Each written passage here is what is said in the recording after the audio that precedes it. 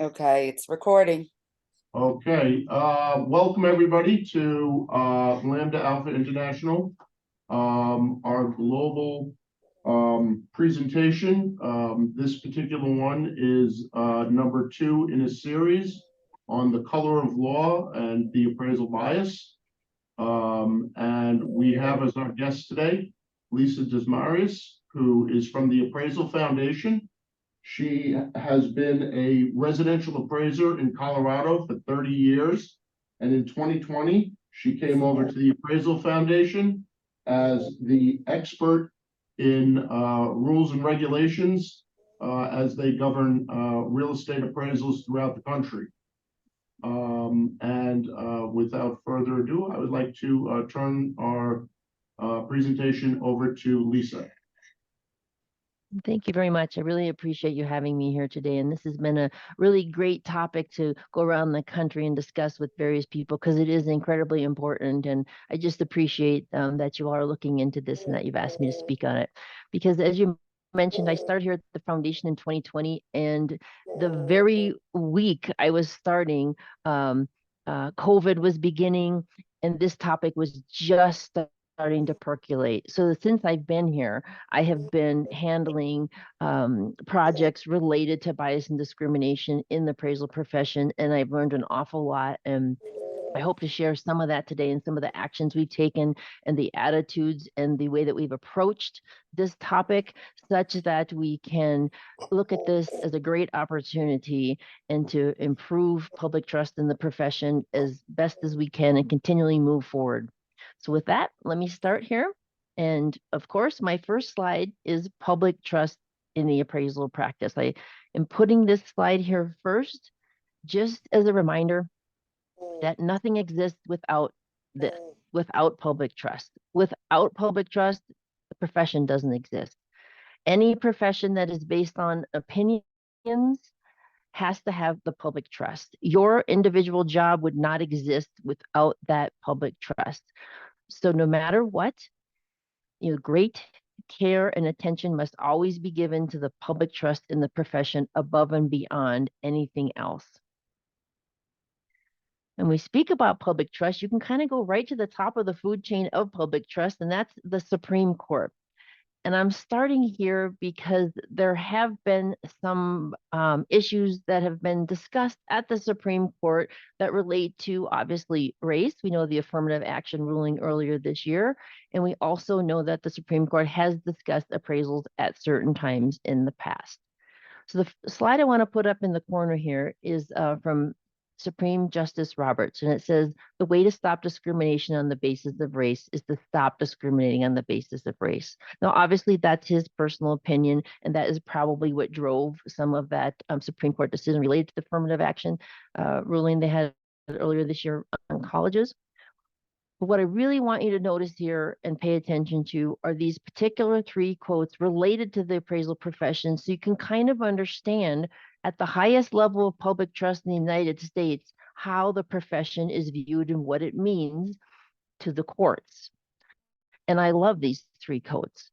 First one is valuation is not a matter of mathematics, but an applied science, even a craft. Just having that recognition from the Supreme Court that we are an applied science, I thought was incredibly reaffirming. So not losing our connection with that is really important. Second, the quote here we have here is property valuation, although admittedly complex, is at bottom just an issue of fact about possible market prices. And the third one, Congress clearly permitted courts to question an appraiser's selection of valuation methods when it banned discriminatory methods and made true market value a question to be litigated in court. So basically, public trust is viewed by the Supreme Court. They acknowledge the question of what is this worth, and that it's not a mathematical calculation, it's a discussion. And we, those people who drive that discussion and who drive the opinions and the data behind how we present information related to value, we are either credible and trustworthy and impartial and independent and worthy of being listened to, or if not, then we as a profession may not matter to the public anymore. So we always have to keep those in mind. We are only needed if we hold the public's trust. So what does it mean to be a professional appraiser? What does it mean and how do we approach it philosophically here at the Appraisal Foundation? So you have to start with the characteristics of a profession. You have to know what it means to be a profession, to kind of understand everything about our standards and our qualifications for how you become an appraiser. So the characteristics of a profession are not unique to us. This is a slide here that's kind of explaining overall what it means to be a profession. And number one is that there must be a body of clients requiring a service. That's not something minor to take for granted. The fact that we have clients that want opinions, our opinions, is a really important issue to always be reminded of. And there must be technical training to render the service. We have that. But how does that impact us? The AQB here, which is the Appraiser Qualifications Board, deals with that part of it. The technical training. We're responsible for the trust behind that to make the right decisions to make sure people are trained properly. And whatever that training is, it must include the application of a general science. And those are the technical methods and processes. We are definitely trained in those. So there is a scientific method behind the appraisal process, and it's a method of thought and analysis. It's not just opinions just based on, empirical evidence or experimentation. And then overall, there must be a recognition that only those who have received the training can provide the service. Now, when you think about the characteristics of a profession, we have to kind of go back in America to when did the concept of a profession even begin to be formed in America? And it really was around the turn of the century, the 1900s, right around there. And you can see these are all pictures of books that I have on my shelf. You can't see my shelf behind me, but it's filled with every appraisal book I can find, even on types of properties I don't appraise. I just really am obsessed with appraisal books and I love to collect them. And I constantly am perusing through them and find a lot of great information in them. But here on the left, it shows you one of the books I have on my shelf from 1913. Look at that. Back in 1913, we were already discussing as a profession what it means to have ethics. And that wasn't unique to us. That was kind of the key point behind all professions in America. Every profession had to view their job from an ethical standpoint, not just competency, but from ethics as well. So these started over 100 years ago and they evolved. Now, in 1931, we all know that was the time when things got a little off in some of our standards and ethics, and the concept of bias and discrimination was probably actively introduced at that time in 1931. And by the time we get to 1987, we see a clear backing away from that, obviously because of a court case that occurred against the federal government with the Appraisal Institute of Real Estate Appraisers in 1979 or 76. It's because of that court case that the education materials that appraisers were writing started to change, to be required to change, to make sure they were clear that you can't take into consideration things such as race when you're dealing with valuation. So now that we've just gone through what it means to be in a profession, I'm gonna say that this probably right here seems like I'm stating the obvious, but we really can't have this be lost in how we approach challenges to the public trust. So let's look at the public and who they are and what they need. And basically, they're telling us that a profession based on forming opinions requires public trust in those opinions, right? That's what we just covered in the past slides, requires that public trust. And I know this keeps sounding very obvious, but you're going to see why this is so important to repeat so many times, because I'm going to walk this, spend the next 20 minutes walking from here to how we get from that big concept of public trust to actions that we're taking at the foundation so that we can be sure and protect that. So I'm going to back up again for a second here and go back to the public. These are those clients. We can't forget them in any of the work that we do, because they are the ones who have the decisions to make. They are the ones that need the help from a professional appraiser. And here's some of the common questions that they ask. They want to know, how much should I pay for their property? How much should I pay for rent? How much should I invest in it? Those are the type of questions they ask. They're seeking help. They want to know how to make a good decision, and you're the one that will help them. They come to you not necessarily because of you, but because of the reputation of the profession.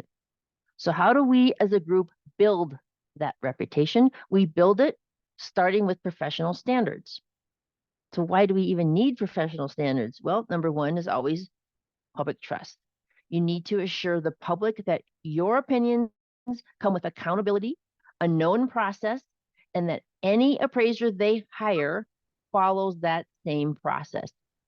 Any appraiser that they hire, think about that. Any appraiser that they hire, they need to know that what they are getting when they call an appraiser. If we have weak links in our profession, we have to ask ourselves, what important points have we not stressed and focused on, such that some issues are occurring among some of our members? If there is a problem, why is there a problem? And how can we deal with that problem? So we start by teaching all of our members the way that they will agree to behave and conduct their work. And that's where the standards are, and that's where they come from.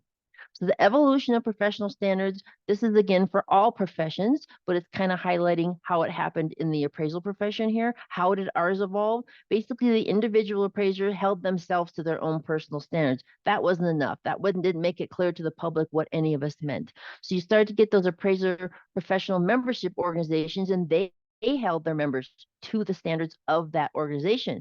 But even those were inconsistent across the board. And that's a part, although certainly not all of the reason behind why we ended up in a savings and loan crisis that clearly identified that having all these different standards wasn't helping our profession at all. And we did need to have one set of national standards. And that's where USPAP came in, as it holds the qualified appraisers to that one set of standards. So people who hire us know exactly where we are coming from and what we value. So what are standards? When you write them, they have to be clear and enforceable because they form the basis of our profession. All of our decisions come from these standards. They're based in these standards. And standards must meet the public expectation of ethical behavior and competence performance. Public expectation, there's that public trust element again. And standards often arise from events of the time. We can't forget that. USPAP came about related to the savings and loan crisis, and we were dealing with bias and discriminations because of events of the time. Social events, laws, and mores change. That means the ethics and standards need to change as well over time. If you're going to have professional standards, this is a summary of what those standards should contain. They're going to talk about competency and proficiency. And number two, this is the big one that we're dealing with right now, ethical conduct and behavior. This is where everything comes down to this bias discrimination issue. And I'm going to go into that in more detail in just a moment. Number 3, 4, and 5, professional communication. We have to be able to do that. And we have to comply with applicable laws and regulations. That's number 4. So out of 6 items, we have 2 that are incredibly important to the profession at this time. Complying with the laws, this would be anti-discrimination laws, and ethical conduct and behavior, just acting with non-discriminatory intent. And then at the very bottom here, I take this one also very seriously, which is continuous professional development and learning. And while that technically, while I'm talking about that, it just applies to the individual appraiser, I take that as meaning in regulation for the entire profession itself. The profession has to continually develop and learn more and learn how to evolve. We can never get stuck in a box and say, we're good, we know what we're doing, we're fine. I always feel like part of my job is for people to see steam coming out of my head half of the time. I feel like it's my responsibility to think very hard on new topics and look at new viewpoints to make sure we're doing the best we can to hear what people think about the profession so that we address issues and maintain that public trust. So USPAP was written, and it is entirely unified around that central theme of public trust. And this picture here is no coincidence. I chose it on purpose because it's meant to show that none of us are successful without the other. We all have to be together on one page. We have to look out for one another and make sure we have the proper training and we all know what we're doing and when we're doing it so that the whole thing comes together in one happy piece. How USPAP does this is it requires the appraiser, so it takes the appraisal evaluation process, which is a scientific method, but that's not enough. We can't just have a method. We have to tell the appraiser, when you follow this process, you will do it this way, with this attitude, coming from this way of thinking. You're going to be impartial, you're going to act ethically, you're going to have integrity, you're going to be independent, objective, you're going to perform competently, and you're going to protect the public trust. That's how you follow our process. So public trust then requires the public knowing and believing that appraisers are committed to non-discrimination. So now we are getting into the topic you asked me to come and speak here today, bias and discrimination. If the public doesn't believe that we are committed to non-discrimination, then we have a problem. So we have to make certain that when they look to us, they look to our education, to our standards, to how we do our work, that they can see that we are committed to that. So does the 2023 USPAP address discrimination? So this is the version of USPAP that is going to is in effect till the end of this year, so just a couple more weeks. It's been in effect for 4 years. If you ask the USPAP instructor, does USPAP address discrimination? They would say yes. But you see, I've got a but here on the screen. And this is what we learned over the past 4 years when you go outside of yourself and ask other people, how do you view our standards? How are they working? So the 2020-2023 USPAP, this is how it deals with discrimination. It puts it into separate buckets. It has the competency rule, which tells you got to know which laws to follow and follow them. No mention of discrimination laws. It just says, whatever assignment you're working on, whatever it is, know which laws you're supposed to follow. And then we have the separate bucket, the ethics rule. Do not perform an assignment with bias. Okay, but is that enough? The other part of the ethics rule said, do not use or rely on unsupported conclusions related to protected characteristics. That sentence in particular was the one that was causing the greatest heartburn for the public trust. If, from a perspective of the public, you take a look at our USPAP standards, you open it up, and you see this sentence in there, do not use or rely on unsupported conclusions related to protected characteristics. What's the first thing you think? You think, oh, that means we allow you to use supported conclusions related to race. We get a wording problem. So USPAP did prohibit discrimination, but we had a perception problem, a very serious one. We did not directly use the word discrimination, did not appear one time in USPAP. So if you're the public and you open up those standards, you can't find that word anywhere. How do you know we care about that issue? And the Appraisal Standards Board took that incredibly seriously. Oops, sorry. So think about this too. We have a lot of people out there, they're saying, okay, bias and discrimination. Where's the proof? Where's the proof? And my question back to that is, what proof is needed to know that bias and discrimination are an issue? What proof do you need? Do you need one court case telling you that an appraiser is legally discriminated? Maybe you need 10. Maybe you need 10,000 cases. Maybe you just need negative impacts on public trust. For me, that resonates the biggest. I don't necessarily need a particular court case to know that bias and discrimination is an issue. I just look to the public and try to understand how they see us. But you're going to see that even with or without whatever this proof is, it's out there, and there are ways to see how the public is viewing it. Now, the next 9 slides I'm going to go through really quickly, and I'm going to show you, you can consider this proof or just media or just discussion, but this is how the public is looking at it. We started with the Supreme Court talking about showing you that public trust in the profession matters. Now let's go to the next level. The White House, PAVE. I think you all have probably heard of this particular entity. It was formed by the Biden administration. This is the task force that's very concerned with appraisal bias. So when you have the president forming a task force related to appraisal bias, you definitely have a public trust issue. You take that very seriously. It is not easy to receive a report from the government, this PAVE report that they wrote, and to see a lot of comments in there about your organization that you work for, the Appraisal Foundation, and a lot of requests for reconsidering how things are done. It's difficult to read. And the first time you read it through, what does your mind do? It says, oh, you look for all the holes in it. You're like, oh, this is wrong. That's wrong. I don't agree with that. But then you put it aside. You come back a few days later, take a breath, and you say, all right, I'm going to read this and I'm going to look for what they're saying. I'm not going to poke holes in it. I'm going to look for what they're trying to tell me.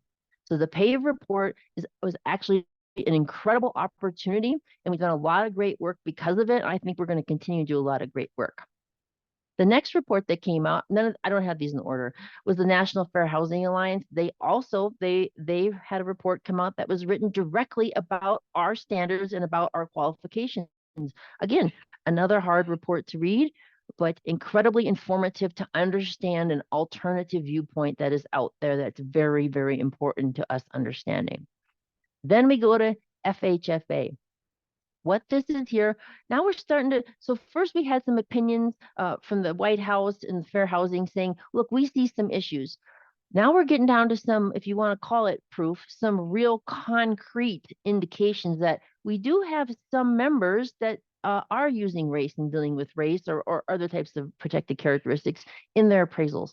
These particular quotes here are directly taken from appraisal reports. Can you imagine? I couldn't. Picking up an appraisal report and seeing that it said the racial makeup of the city is 86% white. Wow. So we've got 5 people right here who don't understand or don't know. That is not proper to say that. It's not proper to think about race in that way when you're doing valuations. So we do have an issue with members not understanding what it means to follow these laws.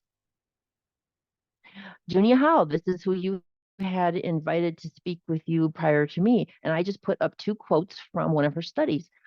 For me, this was one, I read The Color of Law before I came to work here. But when I started to work here, this was one of the very first studies I actually read was Junia Howe and Elizabeth Corver Glenn study. And for me, there's a lot of great information in there. But for me personally, when I read this one particular quote from a gentleman who knew what he was being interviewed for and knew what his obligations were under fair housing and knew how to not discriminate, would say something like this. So if a person is going to be interested in buying in Fifth Ward, would that same person go to Denver Harbor to buy? Would that person go to Second Ward to buy? I think that ethnicity has something to do with it. This person is willing to publicly state this to a person conducting a study if race is taken into consideration in appraisals. For me, that's all the proof I needed to know that there's something that we need to absolutely deal with. The CFPB, here's just a screenshot from an article they wrote. So they're very concerned about this, protecting homeowners from discriminatory home appraisals. Here's FHFA again. They are looking at putting out new requirements related to fair lending and fair housing regulations. So this is working their way into all of the regulations. The FDIC, they're examining this issue. They're taking this very seriously. And then the appraisal subcommittee hearings, these are 2 they've had so far. They're going to have 2 more on appraisal bias coming up. I think the next one is in November of 2023. And then Fannie Mae.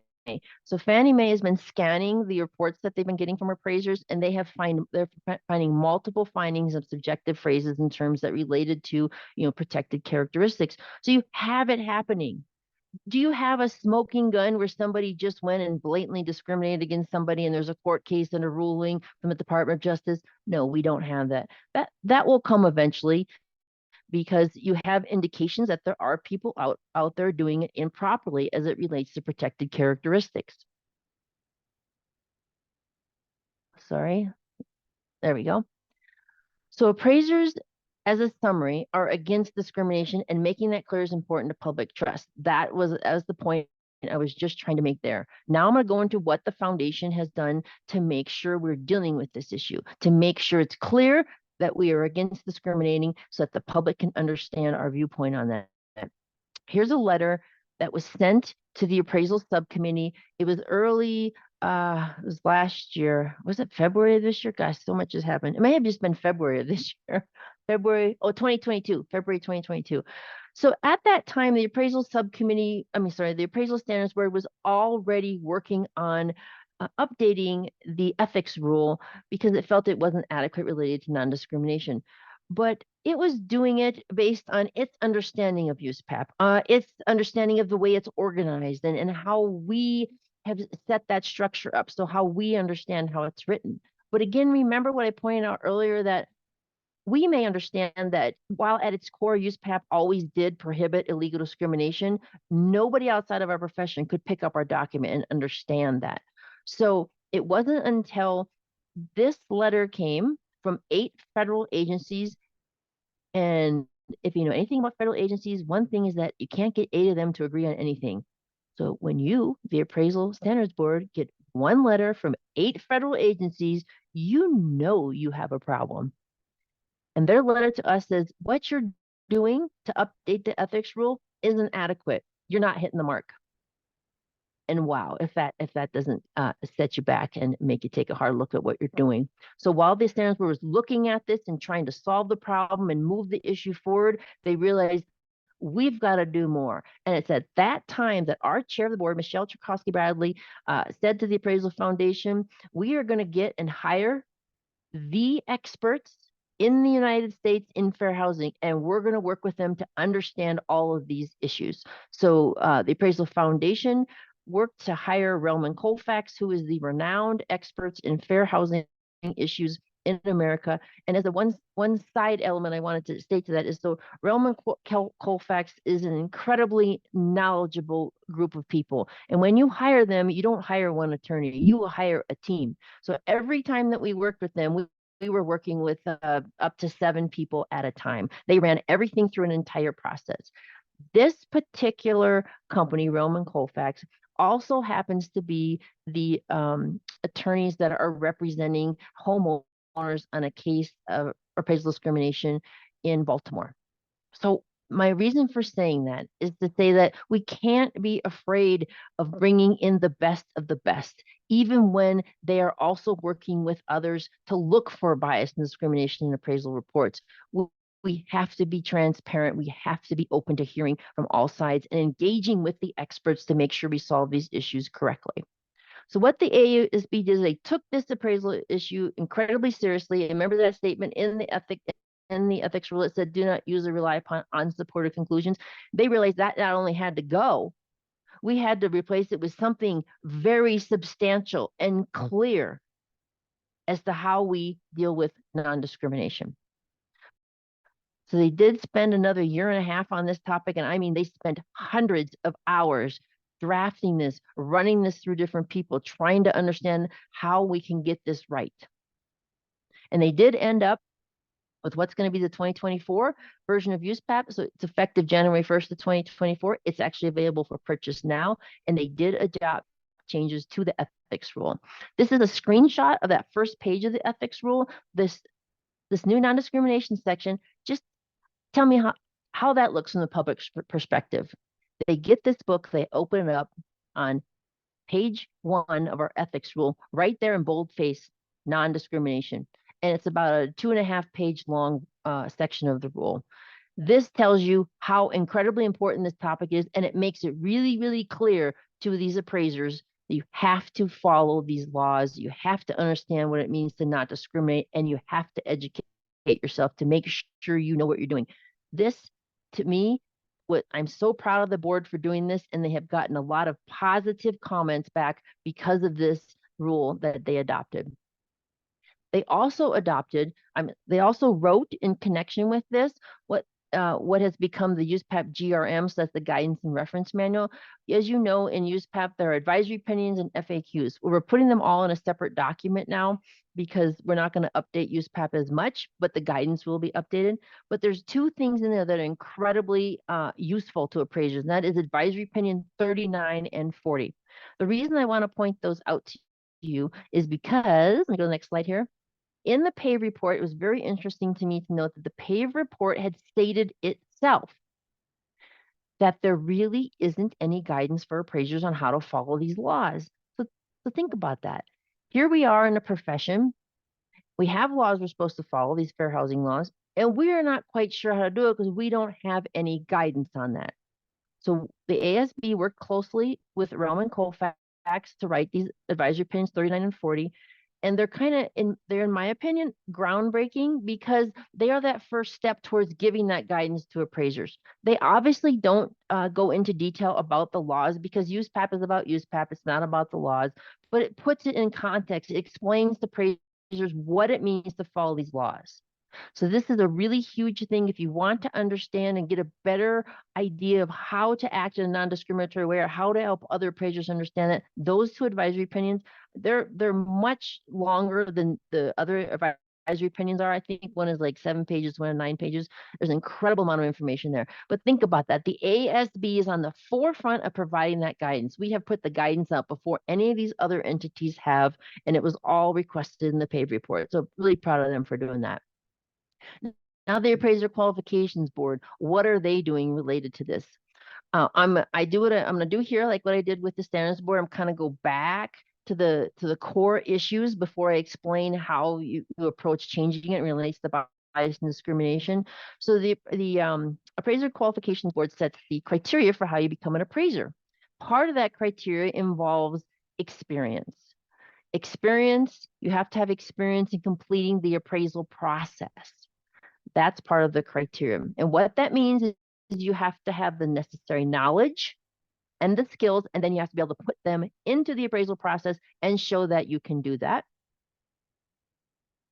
So how an applicant can gain experience, there are now 3 ways you can do that. One everyone is familiar with. That's a supervisor training model. That's been in effect since the criteria was written in 1989, and that's the circumstance where you are brand new. You go find a supervisor. That's been identified as a potentially discriminatory model because it is incredibly difficult for people who are different from the available supervisors, and I mean different in race, age, gender, sex, anything related to a protected characteristic. Sometimes it is not easy for them to connect up with a supervisor, and that can be an issue. We have a not a very diverse population of appraisers, and we want to make sure that anybody who is capable of meeting the qualifications is able to become an appraiser. So that model was not enough, and the AQB had to address that. And they did 2 things. One is they offer the ability for course providers to write practicums. So a practicum is basically a course. And for lack of just time here, I'm not going to go into exactly how that works, but it's like a capstone type of course. You're basically doing case studies inside of a classroom environment. That's what a practicum is. And then PREA, what that is, the practical applications of real estate appraisal, that's a virtual training model. So you sign up for this program and you gain your experience through it. And you go into a virtual world, and I mean literally a virtual world, with everything, roads, buildings, all of it.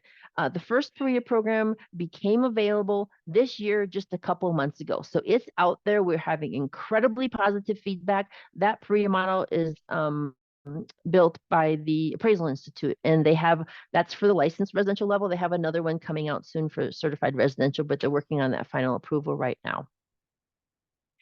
The adoptions, the states have to choose. This is how complicated our system is. The states have to choose to adopt PREA as an option. So even though the Appraiser Qualifications Board created this option, we still have to have the states adopt it. And here is a map of where we are at on the adoption process throughout the United States. We have 44 states that have adopted PREA and will be accepting it. We'll be accepting this as a way of gaining your experience. Some of these other ones are still working on it, and some of them are still, it takes quite a while for these, when the states adopt new rules and laws like this, it can take 2 years or so for these to make it through the various processes they have to go through. So just because the state is in light blue doesn't mean they're not getting there. It just takes them a little bit longer because of their processes. And then the other thing they did, this is incredibly important, is they have new education requirements coming. So as you saw earlier, we do have indications that there are appraisers who don't understand what it means to follow these laws at all. So we want to make sure that while a part of your training originally, you did receive training on fair housing laws, but it was in the context of another course. And it was really, I remember my training relating to the laws, it was just kind of real light. It didn't really explain to you how to follow those laws. It just kind of mentioned them and what they were. But now the Appraiser Qualifications Board will be requiring every 2 calendar years appraisers to take a valuation bias in fair housing laws and regulations course. And they're going to follow an outline that the Appraisal Qualifications Board adopted. So the first time you take that class, you're going to take 7 hours, and then every 2 years thereafter, it will just be a 4-hour class. That requirement doesn't go into effect until January 1st of 2026, but states can adopt it to be in effect sooner. So that's the latest that this requirement can be in effect. And finally, as my final slide here, the major work that we're doing going forward with the Appraisal Qualifications Board is one of the concerns of the PAVE report was, what justifications do you have for your college course requirements, for your experience requirements, and the way that the exam is administered? And that's a very good question. While we do have justifications for that, times change, expectations change, needs change. It's time to go through the qualifications and make sure these are the right requirements. So the very first one they're approaching is the college course requirements. They're going to see if those are necessary. And that's not a simple thing to do. It sounds easy. You can just say yes or no, require a college degree, require courses or not. It requires looking at every single requirement in the qualifications to make sure we cover this in the best interest of public trust. So be on the lookout for these exposure drafts to come out from the AQB in the following years. We probably have something out by the beginning of next year, be it an exposure draft, but we need your feedback on these issues. They're incredibly important, and the AQB will be working on this for quite a while. So this is just a contact slide to get in contact with us, but that's all I have for the presentation. So I will stop. Okay. Thank you very much, Lisa. That was a terrific presentation and gave us some, I'm sure for some of our members, gave us quite an insight as to the standards and the rules and things of that nature that appraisers are obligated to follow and required to follow.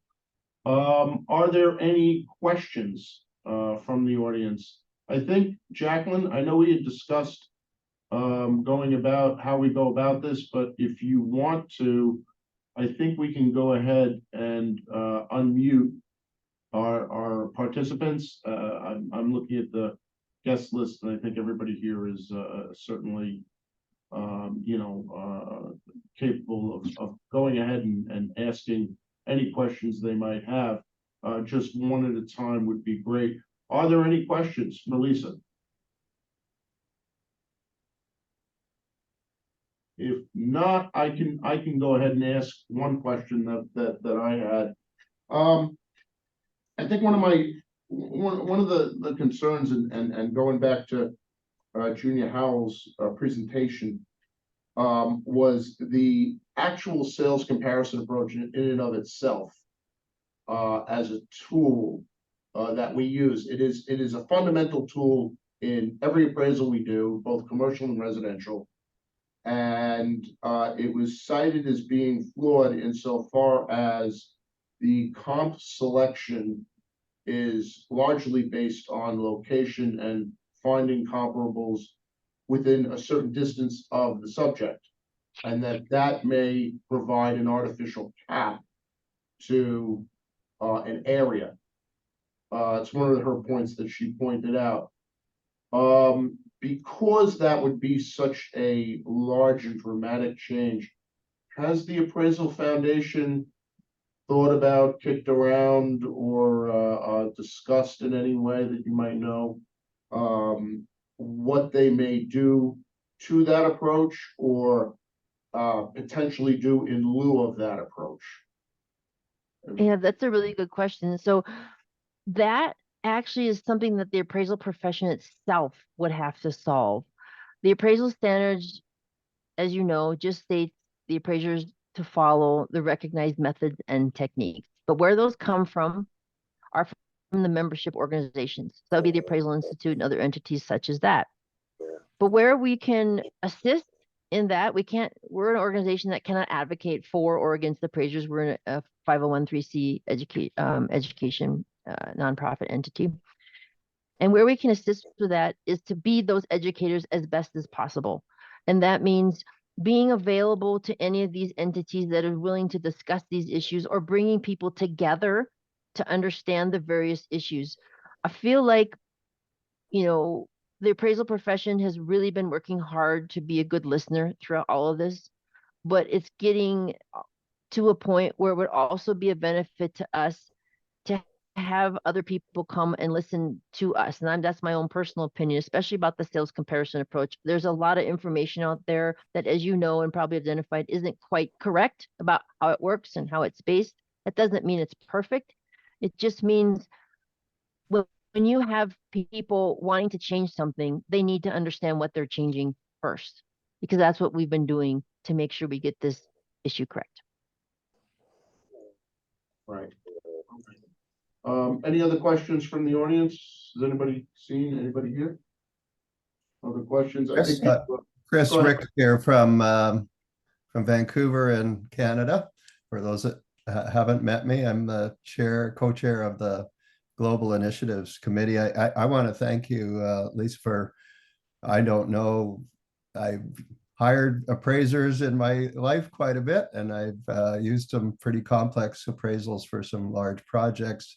I thought you did an excellent job of communicating the principles that you're trying to espouse here, and the importance of the changes to a non-appraiser audience. So I wanted to thank you for that. I think that's really critical on these public policy issues, and so I think this will be a very valuable piece of the puzzle for us to present to the 2,000 members of the LAI, Land Economic Society, just to tell them where things are going generally in the United States. My question would be really is broadened in that we have a number of different countries that are represented in our organization, and I'm curious if at any point in your examination had you looked at how other countries apply these ethics questions to this particular topic, whether it's, we've got lots of members in the UK, we've got members in Spain, and we've got members in India and in Canada.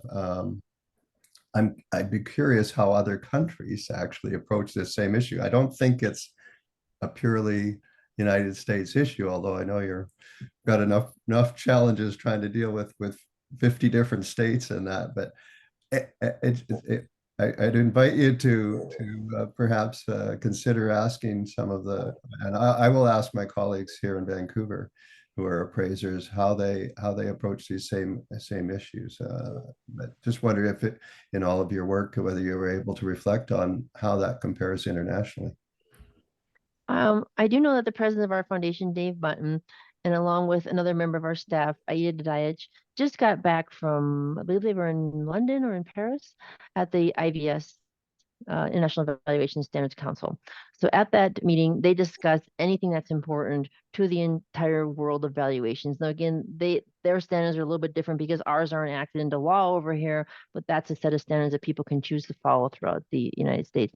I do meet periodically with I call him my twin, who does the same job I do related to those standards versus mine. And we have discussed that. He has been asking a lot of questions about how we deal with it, to kind of keep an eye on it. I don't know personally how they're going to deal with those issues in their standards, but I do know they've been having those discussions.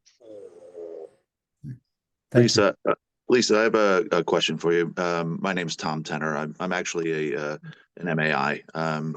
Actually, and I'm active with the Appraisal Institute on a local chapter level, and we have a diversity, equity, and inclusion board member who is actively working within our chapter to promote diversity within our profession. And I'm primarily a commercial appraiser by nature. So we've been monitoring the different lawsuits. The majority of them, or almost exclusively, is on the single family side because that's the largest exposure to potential bias. But there is a concern on the commercial side that same bias could become a public trust issue, whether it's by purpose or just through accident of how we analyze things. One of the things as an appraiser actively performing commercial appraisals that I'm concerned about is the use of the word demographics in appraisals. I've read a lot of appraisals over the years that say, this location has a superior demographics than other. They may not be talking about, largely they're not talking about race. Largely they're talking about population growth, income levels, rent burden levels, the type of information that a city or metropolitan area would publish and that the market would analyze. Do you envision the scrutiny of the public and these government agencies that are looking at us as a profession saying that type of adjustment or even consideration violates some of these ethical standards, the consideration of demographics in a locational adjustment? It's a very valid question, and one that we actively addressed in the brand new 7-hour use PAP course because of exactly what you mentioned. There are times when it's absolutely necessary and to solving the appraisal problem, and it's relevant to have certain types of demographic information in your appraisal reports. But then there are times when there is information that you should not have in your appraisal reports.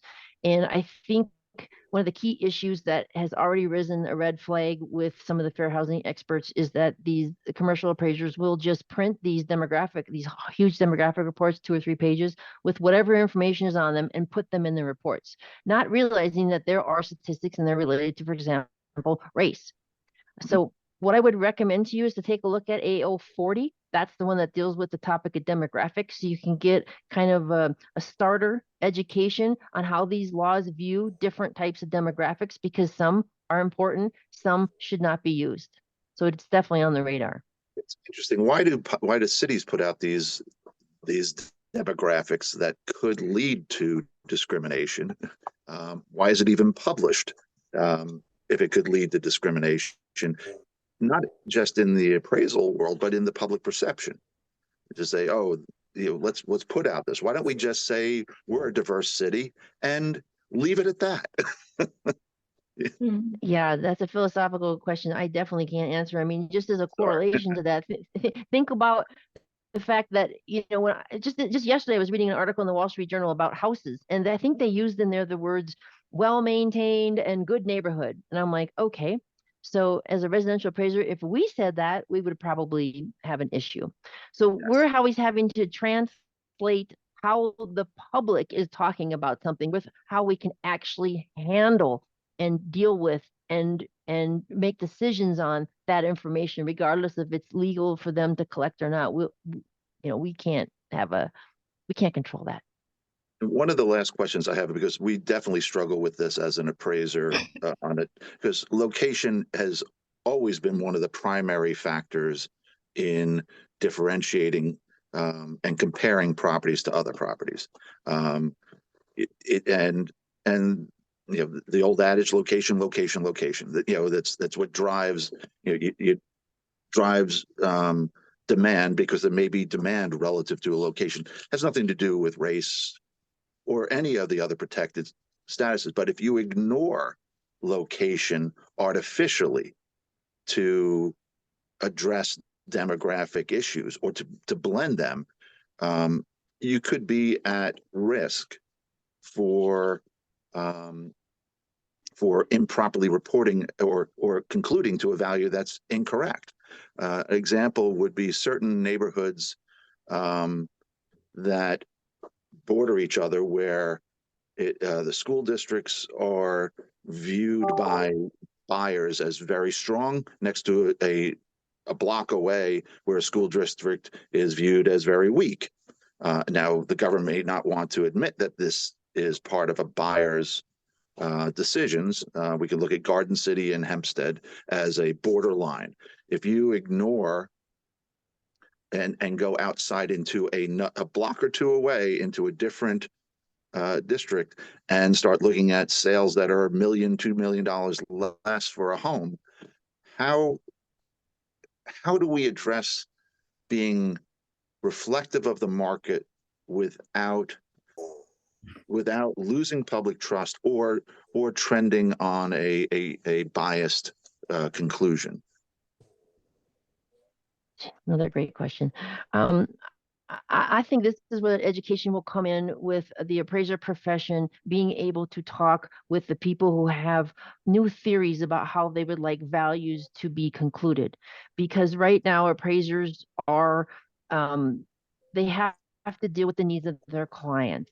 If a client needs you to deal with market value and the client has that definition of what that means, the appraiser wouldn't be able to step outside of that right now under our current system. So some of these asks are a little bit related to maybe thinking that they would like the client to want to solve a different problem than what they are asking us to solve. And that's where I think if we could all just kind of have that discussion between the difference between what it means to follow a fair housing law versus the definition of value we're required to use by the client versus the problem we're being asked to solve. We're not here to solve society's problems per se, but this all comes back to theory, and they may have a different theory about value than is in the profession right now. Sure, but current lending law requires you to lend on fair market value, and that's a defined term. So as long as we're sticking within that as the primary definition and not creating some new definition of value, and there are plenty of definitions of value that appraisers are free to appraise under, but I'm just concerned about rendering a misleading result in the effort to avoid bias, avoid the appearance of bias. And that's really wireless caller. Sorry. Thank you. We could I didn't mean to Wireless. there are major concerns that we have in the profession. Yes, and this is my personal opinion, and it is that I personally am willing to entertain any definition of value that a client would like to have considered for how we approach valuing property. And that's where I feel like most of this question is coming from. Somebody can say, don't use a sales comparison approach. I'm like, okay, if that works for you and you're my client and that makes sense. But if you're telling me to do that for my other client and that doesn't work for them, then I feel like that's a different conversation outside of the profession. And that may be what they're trying to have, is to come up with a new theory of how you value property, but I can't force that theory and that value type of value on other clients. Maybe the law can, but we can't. It would be difficult to on the residential side to do anything other than a sales comparison approach, because even if you do the cost approach, you still have at the basis of land value, which is a sales comparison approach. And they generally, most single family homes don't trade on their economic potential. I mean, there is certainly a segment of the market, but to ignore what the market, an appraiser's job is to step into the market and provide an opinion of value that we as an appraiser listen to discordant voices and try to harmonize that into our opinion of value of what we hear from the market. We have to step into there. And the moment that an appraiser stops acting like the market, that's the moment that the appraiser provides a misleading result, I believe. Thank you. Thank you. I'm sorry. I will bow out now, but thank you for your comments. I appreciate it. Thank you. Hello, Edgar Flagg. I'm actually with the Chicago region.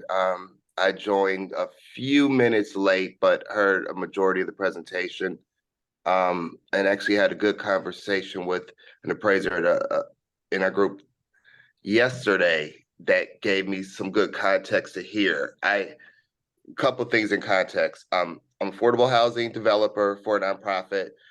I also personally own and have managed properties in predominantly Black South Side of Chicago, owned them for 20 years, pretty much watched the value go nowhere, right? Or spike up a little bit and then just come back down to about where I was. Broad context, one, just complimenting, I do think that the appraisal industry needs to present more of their side. Is sort of, in the past 2 days, my first time I've actually heard any type of pushback, to be honest. And I think in our country, and I work mostly the Midwest, and in regions that I work, there's a lot of time we're having to, as professionals, me as an affordable housing professional, we're having to explain our policies against deep feelings of emotion and hurt. And so there are a lot of families, individuals, and businesses that, true or not, will have a perception of being hurt from value, right? I tell folks all the time, if I had took my same 500,000 of investments and spent it in another neighborhood, I would have 3 or 4 times the value right now, right? But I chose to invest where I did, and neither here nor there. I get more the argument of bad characters is sort of what I'm hearing. As what I'm hearing as the overall statement is bad characters may have made for some appraisals that that people didn't like. I don't want to get into it too much, versus if I see your presentation of the policies of how it should work. And it's a challenge that we have. Like I tell folks all the time, it's not that I believe many people actually want to have affordable housing. It's that they can't earn an income to pay for the housing that they want. And for the values, it's a hard time for people to understand how much nuances work. And the last sort of part of putting this in is because, so the south side of Chicago is right against the lake, is an equal distance of the central CBD, has good housing stock in the sense of bones and such, but we see just significant value differences. And so from an emotional side, which unfortunately is how I think things gain wind, it's easy to you have to point at someone to blame. I think appraisers get that. I think developers get it generally, and just how we approach it. Even for me as an affordable developer, and I try to have all mine affordable, but I'm still told many times that it's still not affordable enough. And mostly a comment saying that appreciate the message. I do think that it should be a presentation of why more from the appraisal side, and that you can't, but you got to also keep in front that it's just a lot of emotion and a lot of like personal ties to this matter because of the connection of, as I said, for me, if I had invested in other communities, I'm talking about, I spent that in rental property. If I had it done in other communities, my home values, property values would be 4 times more. Like it hurts, right? But thank you, and thank you to Susanna for inviting me to join too. Edgar, thank you for joining us. Really, your perspective was terrific. Really appreciate that. It's good to bring it down and put reality to the theory, because we are appraisers and we do discuss theory a lot, but we definitely need the reality behind it, and the quote unquote boots on the ground approach and understanding to it definitely is much appreciated. I think not to veer it off into a different, I think I have one last question, I guess, for Lisa. And one of the things that came up was appraiser qualifications and how they get them. And one of the criticisms I think I heard in the appraisal subcommittee was that really we have a situation where it is very hard to become a qualified appraiser if you are not related or you don't have a ready mentor. And our profession, as you noted earlier, really is one-sided in terms of race. It just is, and gender too. So one of the things that I noted was brought up is how can a person go to an accredited university? And I should mention that we are doing this presentation in association with Fordham University, who has given us the room and the resource. How could they go to, or has the Appraisal Foundation thought about appraisers that could go to a university to get the credentials necessary to become a real estate appraiser? Or I know PAVE has talked about experience credits, but has anybody talked about an accredited course line of coursework that could be introduced to universities? Yes, so there's a couple parts to that. And one is, we're such a small profession that I think overall that there really isn't a big monetary opportunity for colleges or universities to have a degree program for appraisers overall, just because we are so small. However, there are a couple of solutions here, even in stating that. And one is we do offer as a service to the states, our board, the AQB, review anybody who has a degree in real estate and see how many of their courses meet our qualifications for the QE, the qualifying education required to take.